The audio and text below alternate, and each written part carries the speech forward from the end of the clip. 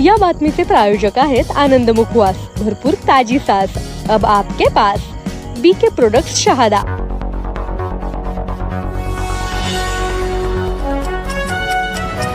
धर्मदंड news 24/7 सदैव सत्यासोबत।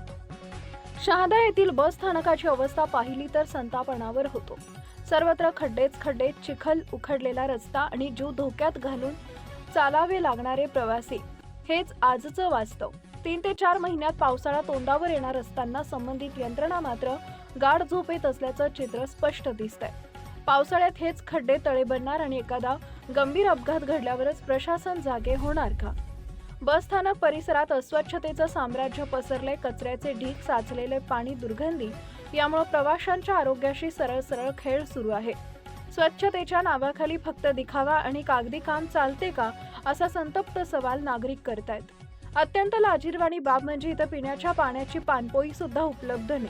कडक उन्हात लहान मुले, महिला, ज्येष्ठ नागरिक तहानलेले उभे राहतात, पण प्रशासनाला याची किंचितही लाज वाटत नाही का?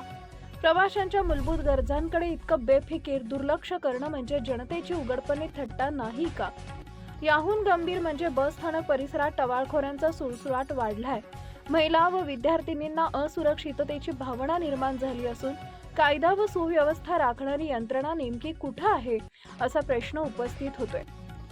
एखादी अनुचित घटना घडल्यावरच कारवाईचा दिखावा केला जाणार का? शहादा बस स्थानकाची ही बिकट अवस्था म्हणजे प्रशासनाचा ढिसाळ, निष्क्रिय आणि बेजबाबदार कारभाराचा जिवंत नमुना आहे। पावसाळ्यापूर्वी तातडीनं डागडुजी, स्वच्छता मोहीम, पिण्याच्या पाण्याची व्यवस्था आणि कडक सुरक्षा उपाययोजना केल्या नाहीत तर जनतेचा रोष उफाळल्याशिवाय राहणार नाही। आता तरी जबाबदार अधिकारी जागे होणार की अजूनही बघ्याची भूमिका घेणार? नागरिकांचा संताप दिवसेंदिवस वाढत असून प्रशासनाची कसोटी लागली आहे। Subscribe now and press the bell icon. Never miss an update.